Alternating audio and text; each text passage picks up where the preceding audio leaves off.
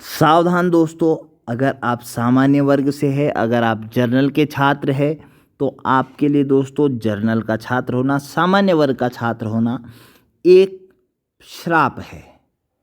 क्यों श्राप है? क्योंकि आज की सरकार ने ये श्राप आपको बना दिया है। द कृष्णा क्लासेस में आप सभी का स्वागत है और बात करते हैं दोस्तों हम जो युवा बेरोजगार है उनका एक महत्वपूर्ण टॉपिक की। और मैं इस चीज़ का विरोध करता हूं। मैं टॉपिक शुरू होने से पहले ही ये आपको बता देता हूं, स्पष्ट रूप से खुला विरोध करता हूं किस तरह से सरकार के द्वारा सामान्य वर्ग को, जो कि एक मेजॉरिटी है, जहां पे सबसे ज़्यादा छात्र आवेदन फॉर्म भरते हैं, उनके साथ किस तरह से खिलवाड़ किया जा रहा है, किस तरह से कई प्रकार के कोटों से उनके भविष्य को ख़त्म किया जा रहा है। तो दोस्तों बात करेंगे हम यहाँ पे प्रत्यक्ष प्रमाण के साथ। और ये प्रत्यक्ष प्रमाण दोस्तों आप देखेंगे यहाँ पे 140 सीटें आती है।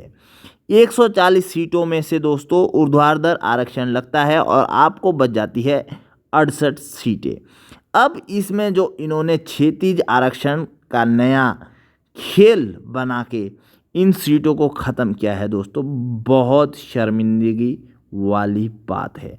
आप देखेंगे दोस्तों 25 सीटें यहाँ, 2 सीटें यहाँ, 6 सीटें यहाँ, 6 सीटें यहाँ और 15 सीटें आप ये यहाँ पे जो इन्होंने अभी नया जो बना रखा है नियम उसमें दे दी है। अगर यहाँ पे 15 सीटें नहीं देते शायद ही कुछ सीटें बच जाती। लेकिन जिस प्रकार से दोस्तों ये गंदी और घटिया राजनीति ने कुछ वोटों के लिए सामान्य वर्ग के छात्रों के साथ अन्याय किया है, इसका दोस्तों मैं कड़ा विरोध करता हूं। वीडियो को शेयर करिएगा दोस्तों। मैं बता देता हूं मैं इस चीज़ का विरोध करता हूं, ऐसा कभी भी नहीं होना चाहिए था। और अगर आपके साथ आज भी आप चुप रहे इन चीज़ों के लिए, अगर आप राम भाई, बॉबी पंवार जी और अन्य बेरोजगार युवाओं के साथ आज भी खड़े नहीं रहे, तो दोस्तों मुझे लगता है भविष्य में इन सीटों को भी ये ख़त्म कर देंगे। यहाँ पे दोस्तों आपके लिए 5 सीटें और ये भी ऐड कर दीजिए, 1 से 5 तक कोई सी भी आ सकती है, ठीक है, इसको भी ऐड कर दीजिए आप। अगर ये सीटें दोस्तों आप देखेंगे यहाँ पे, अगर आरक्षण का जो छात्र है, ये राज्य आंदोलनकारी, इनको 14 सीटें मिली है और सिर्फ जो युवा है सामान्य वर्ग का जो सबसे ज़्यादा रहते हैं उनके लिए भी 14 सीटें मिली है। मतलब जहाँ पे बच्चे अगर 50,000 यहाँ पे फॉर्म भरेंगे तो यहाँ पे मुश्किल से फॉर्म भरे जाएंगे 2,000 से 3,000, ठीक है, 2,000 से 3,000 मुश्किल से फॉर्म भरे जाएंगे, 50,000 फॉर्म भरे जाएंगे। यहाँ पे सिर्फ 14 सीटें और यहाँ पे भी सिर्फ 50,000 के लिए 14 सीटें। तो ये कितना घिनौना गंदी राजनीति का प्रदर्शन दिया जा रहा है आज के राजनेताओं के द्वारा। तभी मैं कहता हूँ अगर राजनीति एक इस प्रकार से बनाई जाए कि उनके लिए कोई एजुकेशन क्वालिफिकेशन हो, कुछ पेपर हो जो उनको आवश्यक रूप से पास करवाना हो, कम से कम इनके मंद बुद्धि में, गोबर बुद्धि में इतना तो समझ में जाए कि 50,000 14 सीट के लिए लड़ रहा है और 2-4 हज़ार बच्चा भी 14 सीट के लिए लड़ रहा है। फर्जी डिग्रियां लेके आप नेता तो बन गए, लेकिन जिस तरह से आपने पढ़े लिखे युवाओं का भविष्य ख़राब किया है वो बहुत ही गलत है। और आने वाले टाइम में मुझे भी पता है, आपको भी पता है, कुछ और आरक्षित सीटें बंटने वाली है। मतलब 14 में से भी आप 5-6 सीटें और घटा दीजिए, आपके लिए सिर्फ और सिर्फ 68 में से 8 सीटें मुश्किल से बचने वाली है। 140 में से 8 सीटें आप देखिए, अगर आपके पास 150 सीटें हैं, 140 सीटें हैं, उसमें से सिर्फ और सिर्फ 8 सीटें आपके लिए बच रही है, तो इससे गंदा घिनौना जो अपराध है ये सरकार आपके साथ कर रही है, कुछ भी नहीं हो सकता।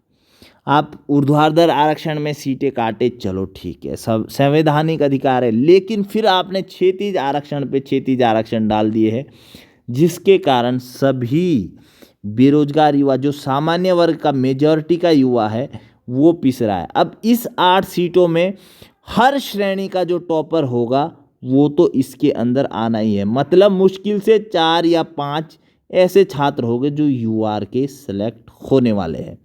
ठीक है, अगर उसके बावजूद कहीं खाली सीट बैठती है, बचती है, तब जाके कोई और सिलेक्ट होता है, अन्यथा नहीं होता। ये दोस्तों इस प्रकार की शिक्षा नीति है।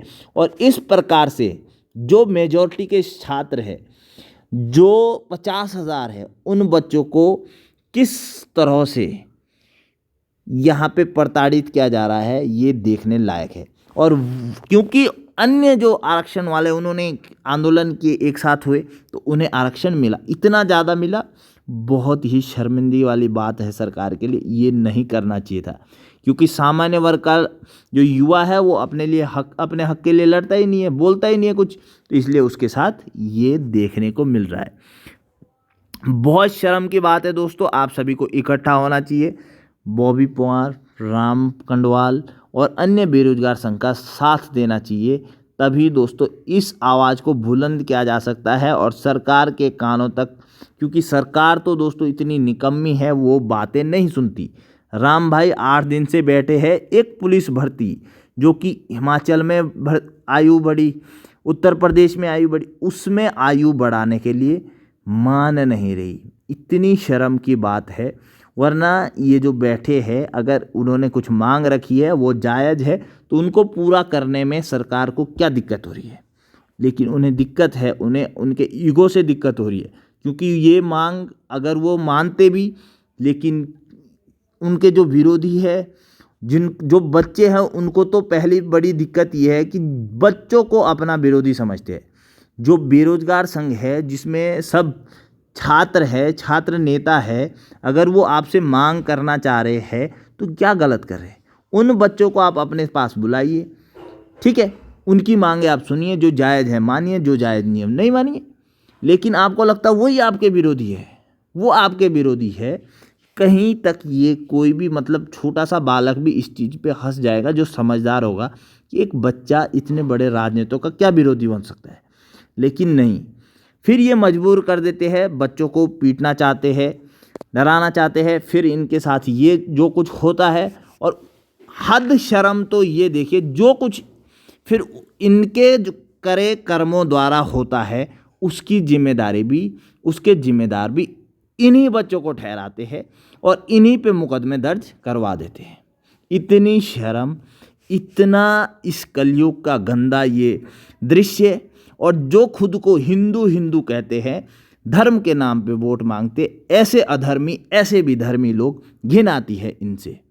ठीक है, ये दोस्तों बहुत ही गंदी राजनीति चल रही है। धर्म के नाम पे इस तरह से बांटा जा रहा है, वोट मांगे जा रहे हैं, और अपना पेट क्या बोलेंगे, इसमें तो पता नहीं क्या कुछ पल रहा है इनका। ये पापी पेट है, इसको पाला जा रहा है। अगर इस चीज़ का, भ्रामक का कुछ भी बात लगती है, तो दोस्तों ये आपके सामने मैंने पूरा कैलेंडर दिखा दिया है, किस तरह से घटिया ये चीज़ें हो रही है। और अगर आगे जो हमने कहा है, जो सब कुछ हुआ था उस टाइम भी, अगले रात इन्होंने बेरोजगारों को पीटा था, दूसरे दिन उनकी भावनाओं को देख के अन्य युवाओं ने उनका साथ दिया, सड़क पर आए, तो इन्होंने उस पर भी लाठीचार्ज कर दिए और कहा कि ये जो बेरोजगार के जो युवक है, उन्होंने ये सब कुछ करवाया। अरे उन्होंने नहीं करवाया, तुमने ये सब कुछ किया। लेकिन इस प्रकार से मुकदमे उन्हीं छात्रों को भुगतने पड़ रहे हैं, जिनको अगले दिन पीटा और दूसरे दिन फिर उन्हें इनका मुकदमों का सामना करना पड़ रहा है। जबकि इसमें होना क्या था, वो जो पुलिस वाले थे, वो जो पुलिसकर्मी थे, वो जो नेता था, जिस वीआईपी ने फ़ोन करवाया था कि इनको डंडे मारो, उनको सस्पेंड करना था, उसको सामने लाना था। और छात्रों की आवाज़ क्या गलत थी। अगर हाकम सिंह जैसे लोग 30-30, 35-35 लाख में पेपर बेच रहे थे, तो छात्रों की मांग क्या गलत थी। लेकिन ये कलयुग है, घोर कलयुग जिसको बोलते हैं। और ये जो लोग हैं, ये इस कलयुग की पराकाष्ठा को पार करना चाहते हैं। इनका जो भी होगा बहुत अच्छे से होगा, हिसाब होगा, हर चीज़ का हिसाब होगा, क्योंकि ईश्वर के घर में देर जरूर है, अंधेर नहीं है। ठीक है, धर्म के नाम पे जिसने भी जो भी किया उसके साथ वैसा फल तो मिला है। बाकी दोस्तों अपना ख्याल रखिएगा। जय हिंद, जय भारत। वीडियो को ज़रूर शेयर करेगा और सामान्य वर्ग के लोगों को फिर से कहना चाहूँगा, आप लोग इकट्ठा होइए, राम भाई के पास जाइए और बॉबी भाई के पास जाइए, उनसे आह्वान कीजिए। एक महारैली इस चीज़ के लिए अवश्य होनी चाहिए। 140 सीट में से आपको सिर्फ 8 सीट मिलती है। ये तो दोस्तों आरक्षण का भी निचला स्तर बैठ रहा है।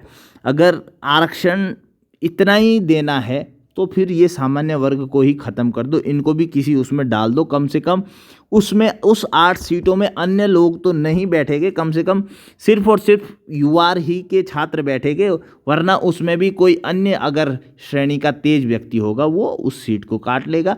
यूआर के सारे सामान्य वर्ग के सारे व्यक्ति उनकी शक्ल देखेंगे। जय हिंद, जय भारत।